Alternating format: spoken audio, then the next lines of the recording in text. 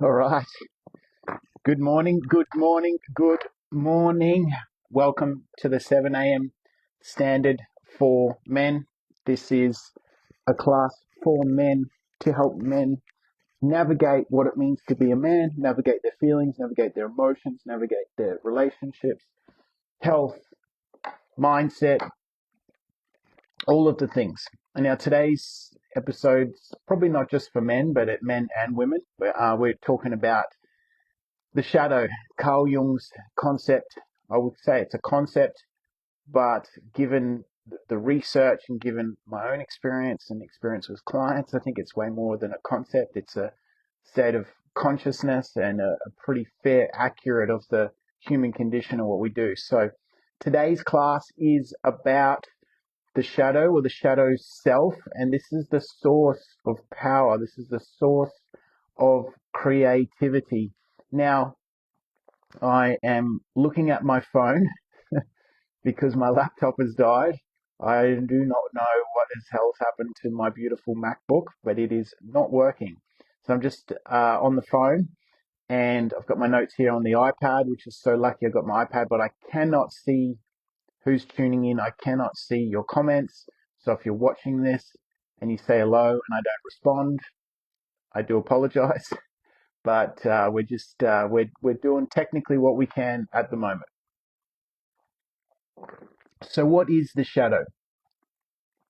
So the shadow is these unconscious parts of ourselves, these unconscious parts of our psyche that are like blind spots. They're repressed parts of us that we cannot see.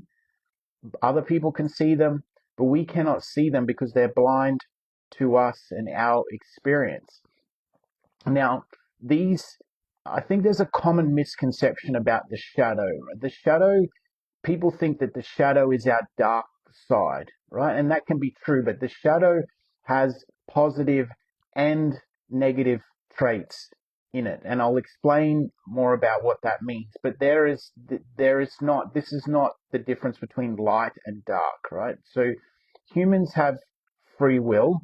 We have both good and evil in us, and we have the capacity to choose good over evil and make God gave us, our Creator gave us free will. So that is a different topic that we can talk about at a deeper level, the darkness that's inside of all of us, and we get to choose the light. But the shadow is not that. The shadow is actually positive. It has positive and negative traits in it.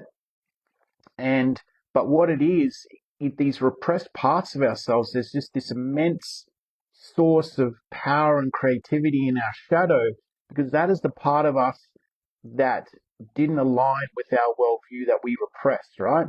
So the thing with the shadow is how it's formed is we want to remain consistent with our identity as we're growing up. We want to remain consistent with who we believe we are as we're growing up. Now, the part of us has been put into the shadow is the reason why we do that, because it's like if how I feel about myself and what I do doesn't align with my worldview, that or what something that's happened to me as far as trauma or anything like that doesn't align to my current worldview as a child, we repress that away to the shadow, right? So that part of us is repressed away. So we want to maintain a healthy identity with who we believe we are, not who we are, right? So, and our worldview, as we know, is shaped by our environment, shaped by our parents, shaped by our culture and our society. So who we think we are, like as we're growing up, if we like we have these moments of inspiration where there's this flamboyant child and we grow up in a family that's just straighty 180, and so those parts of us that doesn't align with that whole worldview that we grow up in, we repress. We push that to the shadow because it doesn't align with who we are. But when we repress that, we're repressing our true self, the true parts of ourselves that want to be expressed, that want power, that want to strive for big things, right? But if we just things constantly aren't in line with our worldview, we just repress, and that just builds in the shadow. And we have this idea about ourselves that we project into the world, right? And there's the purpose of our shadow, right? The purpose of our shadow is essentially for us to survive, right? And full disclaimer here, this is just a very basic understanding of the shadow. It's very complex. I'm in no means an expert on Jungian psychology, but this is just what I've seen in my clients, what I've known, and in my own experience, and what I've researched and learned over time. Now, the when we have trauma or unmet needs and it's split off in the psyche, right? That it's to help us survive, right? Because if you think about our lives, we need to survive. We need to be in homeostasis. The whole idea of the human brain is like the limbic system, I think it is to keep us alive, right? To keep us in homeostasis away from danger. So if we have trauma or if we have unmet needs or something happens to us that doesn't align with who we are or who we think we are, or the trauma's too much to face, or the unmet needs and the sadness and the loss and the abandonment from our parents, our caregivers, siblings, society, whatever it is, that is too much for us to bear. So what we do is we just go, brain just goes, delete. I'm not dealing with that right in this moment, right? So that we can survive, so we can keep pushing forward. Because if you think about every time we had a traumatic experience, every time something bad happened to us, we'd just be like shutting down, and we wouldn't be able to survive and keep ourselves alive because we're constantly dealing with all of these traumatic experiences and issues that we have as children, as teenagers, and as adults, right? So it helps us cope with life. Like, it helps us move through life despite all of these things, right? And we constantly, our mind, lives through stories, right? So we create this story or this persona about who we are, right? And we start to live our life in relation to all of those stories. So we create a story about who we are, who we believe we are, what we accept, what we don't accept, and then all of that stuff in the shadow does not get entertained, right? But it never leaves us. So it's formed right in the early stages to go, this is me, this is not me. This is who I am, that's not who I not am, right? So then when the identity is formed, right, the opposite is repressed. So the opposite of how we feel is repressed. So I grew up seeing anger and violence when I was quite young. So what did I do? I repressed all anger, all aggression, all sadness, anything to the shadow. So I became the consummate nice guy, people pleasing, always smiling, always happy. Like every photo as a child, I was happy, just happy, smiling despite all of the violence and everything that I saw, right? So as a result, what does that do? That means I'm suppressing my power, suppressing my aggression. If I can't tap into anger, I can't tap into sadness. I very rarely cried as an adult. I didn't cry until probably 4 years ago, right? And I'm 50 now because I hadn't tapped fully into my anger. I'd repressed all of that anger. So that side of me was fully repressed. So I missed all of that power, all of that creative life force energy of not being able to tap into that anger. Because anything in my worldview was like, I'm happy, and the anger is repressed into the shadow, right? So that was unacceptable to me, it was inappropriate, so I just didn't deal with the anger, right? I just suppressed that. So there's four main reasons for repression, right? So there's ego preservation, right? So that is protecting our ego self, right? Like what we grew up absorbing. So our ego's formed between, they say, between 0 and 7, and it's unconscious. We are just absorbing things. We don't have any filters. So whatever we see with our parents, whatever we experience, we take on as reality, right?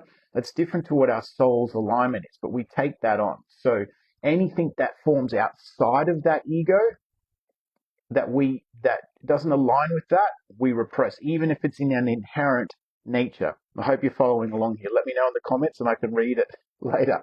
So then our worldview preservation, right? So what we think about the world and what we see and what we believe the world to be, right?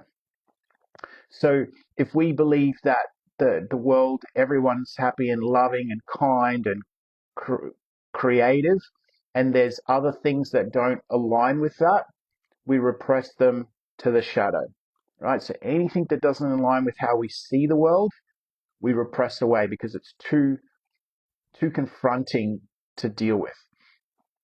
Now, the other two that we've spoken about is coping with trauma.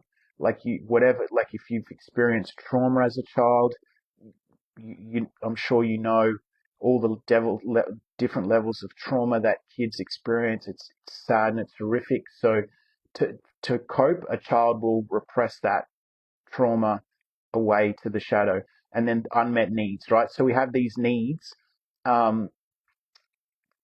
as children, and if there aren't like inherent needs for love, needs for connection, for closeness, for love, for all of these things, right?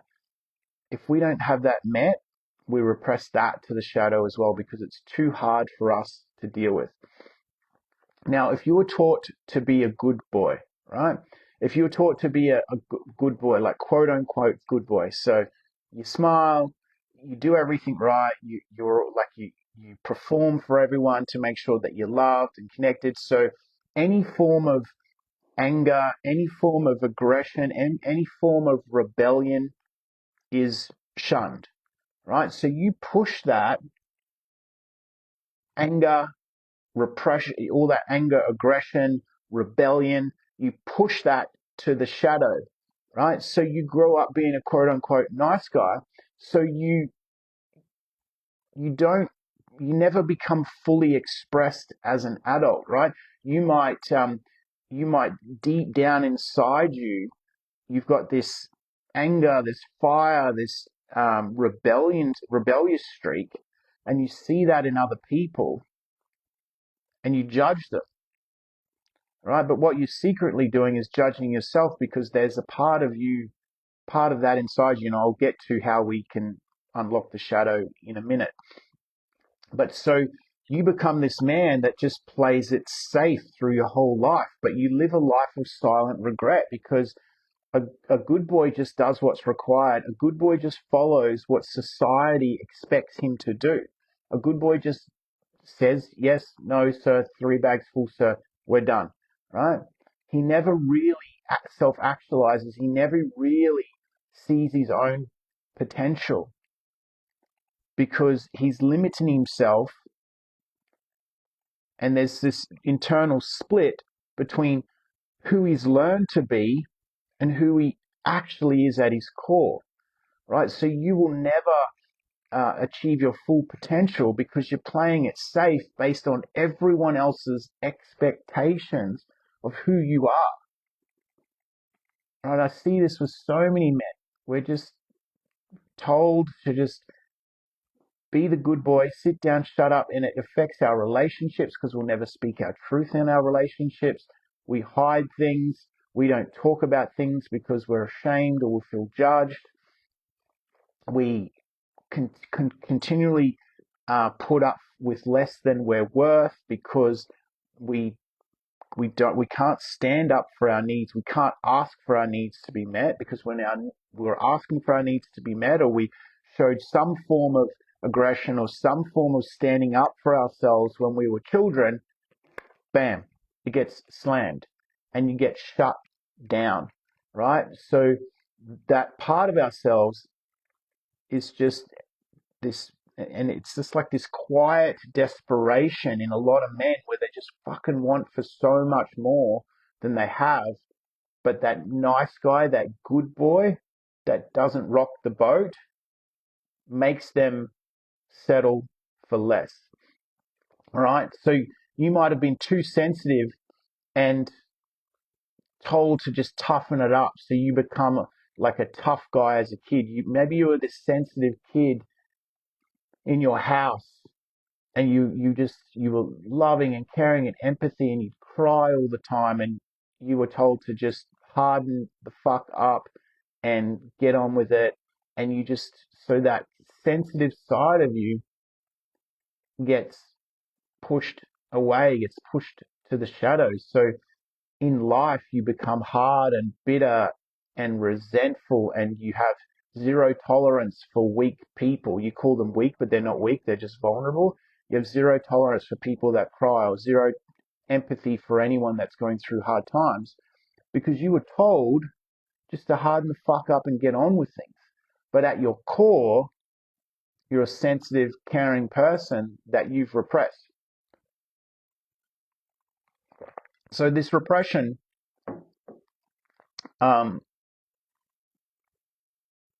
this repression just gets layered and layered and layered, right? And it becomes this thick outer shell around who we are that we need to break. It's like this crud that just, it's like our soul has this veil over it, and our inherent being of who we are on the inside has just been layered and layered and repressed as we're growing up. So we have to remove that veil, remove that crud, and get to the deeper core of who we are in our soul's journey, right?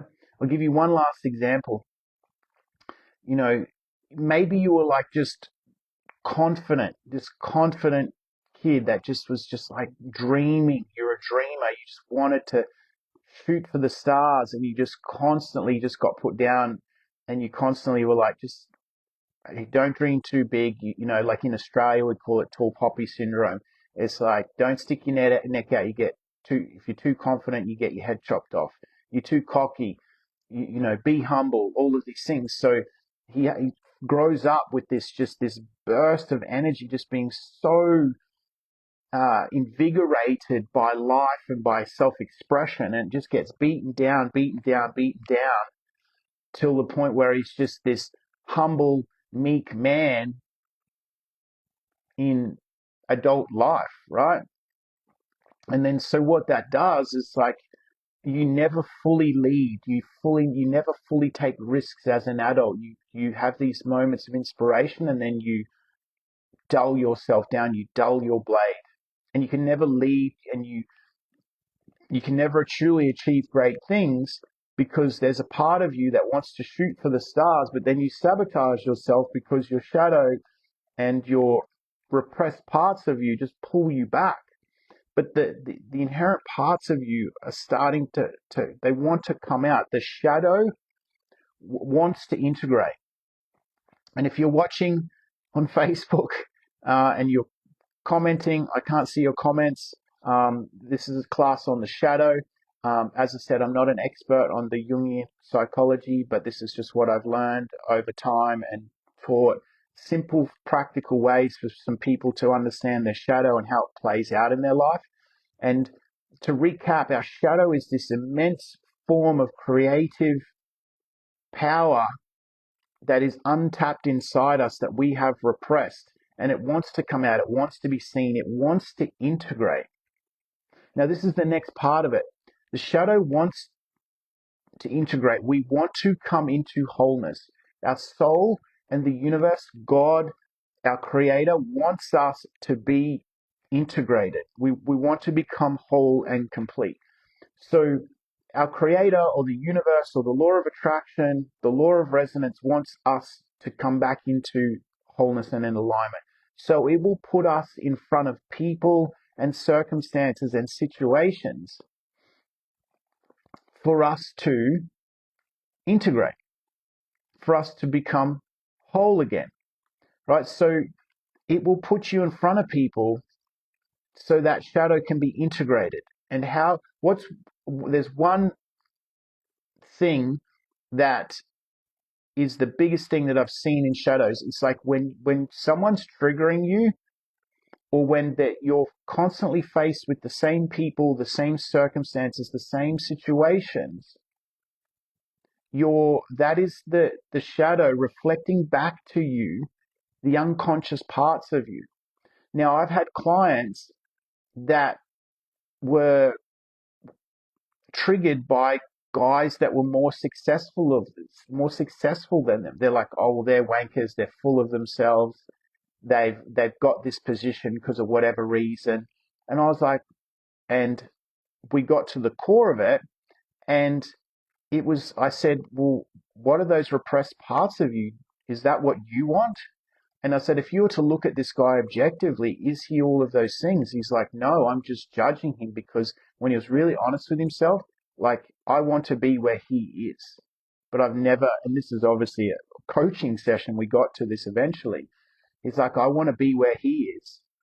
And I've held myself back because I didn't feel like I deserved it, or I thought guys like that were cocky and full of themselves.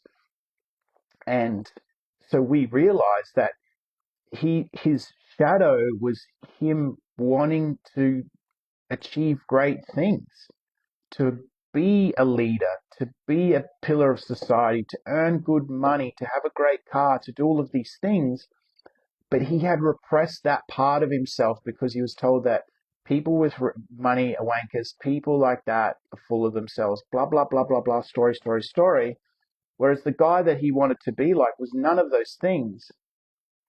But in his shadow and his repression, he'd made a story about what this guy was. Now, I had another client that we were working through his shadow, and he was a builder, he would always attract the exact same clients. They would be a similar age to his parents. He'd do these incredible jobs, these incredible bespoke renovations on the house, and it was never good enough, right? So he was constantly trying to prove himself over and over again, repeating the loop to quote unquote his parents, right? Like these older couples that kept coming to him, kept presenting back to him his shadow of nothing's ever good enough. And this guy did incredible work. He did incredible uh, artistry with his carpentry. So his lesson and his shadow was he had to understand that he was good enough, that he was good. And so these constantly we will get presented with people and circumstances to reflect back to us our shadow to be integrated. Now it's the same in relationships, right? You can do all of the spiritual work, and you can do all of the attachment stuff, you can do all of the inner healing work and somatic work, and show up and introspect and journal and meditate, do your plant ceremonies and do all of the things, but you will learn more about yourself after the honeymoon period in a relationship.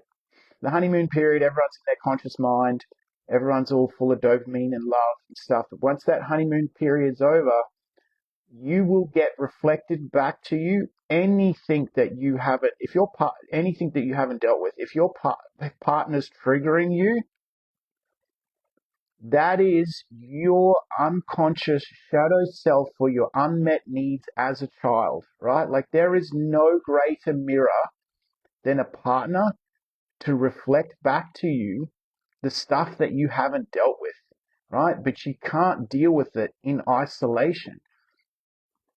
Like if you will, it's like a spotlight that shines on every part of you that you have not dealt with, right? It's it's it's beautiful and it's sad and it's hard at the same time. But if couples just knew and could talk about it, and like this is I think the cheat code of all relationships, and I'm by no means an expert in relationships in any way, but I am an expert of seeing patterns and codes in people, and when I'm presented with things, I'm quite good at taking responsibility to try to change that. I don't always get it right, but I'm good at least taking responsibility and seeing these things. But there's this thing is like couples just realize that whatever's reflecting back from your partner, that's something that you need to look at. It is not them. And if you can both do that and talk about it and realize that it's not the other person and it's you, your relationship will improve instantly. So how do we know that the symptoms of the shadow, right? It's lack of self-awareness, repression of love and bliss, happiness. Like if you struggle to feel love, if you struggle to feel connected, if you cut yourself off from yourself, you have massive distortions of what reality is. Because our shadow makes us distort what reality is, right? And it gives us blind spots. And the only way that we can see our blind spots is in our reflection from other people. It's like other people are a mirror to us. If there's people triggering you at work, if you're judging other people, like if you're judging someone, you need to look at yourself and go, why am I judging this person? What is it in me that's repressed that I need to look at? And this could be the hardest thing because you'd be like, oh, no, I'm not like that. Well, it's just like, hang on. Yeah, you are. If you're judging someone for being angry and aggressive and violent, you got to look at yourself and go, wow, then maybe there's parts of me that are angry and violent and aggression, right? And it's not saying that you need to integrate that and start being violent and aggressive and angry. No, but if you've repressed anger and violence and aggression in you repress power, right? Like anger and violence and aggression in a man when it's harnessed gives him healthy power. He doesn't, because the guys that just go, well, I don't have anger issues. I'm not an angry guy. That's bullshit. You've repressed your anger, and I guarantee you it's coming out in passive aggressive, like snake tongue behavior. Frustration as well. Frustration that you want for more. Frustration that you're not where you need to be. Frustration at your wife, kids, whatever. Passive aggressive words that come out of your mouth that cut and wound. Because anyone that says anger issues to me, that say they don't have any anger issues and they don't get angry, has anger issues. They just repress them and they'll come out. I have people say, I don't have anger issues, and you get in the car with them and someone doesn't put a blinker on and they start beeping the horn and yelling and getting angry. So you have anger issues, right? So there's part of us that's repressed that we need to look at, right? So these blind spots are there everywhere for us to see, right? So it's so important to integrate our shadow for so many reasons, right? That there's so much creative power in the shadow because that's our true self. That's part of ourselves that was just not seen, not witnessed, not nurtured. Those unmet needs of love and care and connection that we're so desperate for as adults, right? But we will never allow that in until we integrate those parts of us. If you become hard, you need to integrate that part of yourself that was empathetic so you can connect more with other humans. If you want to have great success, you need to integrate that part of you that is full of themselves and is overly confident and overly cocky. If you witnessed anger like I did, and I repressed anger, so if I repressed all of that anger, that means I couldn't. And anger sits atop of sadness. I could never get angry So I couldn't experience anger. So I couldn't experience sadness. So then I didn't have any empathy for people because I was just flatlined, just happy, we're good. And I couldn't even connect deeply to love because if I'm flatline on anger and I can't experience sadness, to the depth that we can experience sadness is to the depth to the height, that we can experience love. So I could never, because I couldn't tap deep into this sadness, I could never experience love to the full height of what it means to be a human and to fully connect with someone. Or if someone was going through something, I could never feel empathy for them in the true way. I could be like, oh, blah, blah, blah. I could never feel how they felt because I had no access to that. But over the last probably 5 or 6 years, the more I've started crying, the more I started experiencing sadness, the more empathy, the more I can feel people's pain and feel for them and their experience. Over this last 6 months on this journey that I've been on through this like full contraction, this dark night of the soul, it's allowed me to have a deeper connection to what men go through, the pain that men go through when they're experiencing this later on in life, where they have this like death of the ego and this like, just what's the point of this life? Why am I even here? What's the point of my existence? I had a psychological and cognitive understanding of that, but I never knew the depth and the feeling of how they felt, right? But now, because I've allowed myself to go there and experience these things, it's allowed me to connect with them more. So I encourage you, I trust this has been valuable for you. If you have any questions, let me know in the comments. I hope I've done a reasonable job of explaining the shadow in the most basic form and how it affects you and the importance of integrating it. It's a journey that we all need to go on, and it's a journey that will unlock parts of you that you deserve in this life. So this is the 7 a.m. standard for men. I trust that you have the best day. No Jimmy and Tina today because I am on the iPad and the phone, but have the best day, and I will see you tomorrow.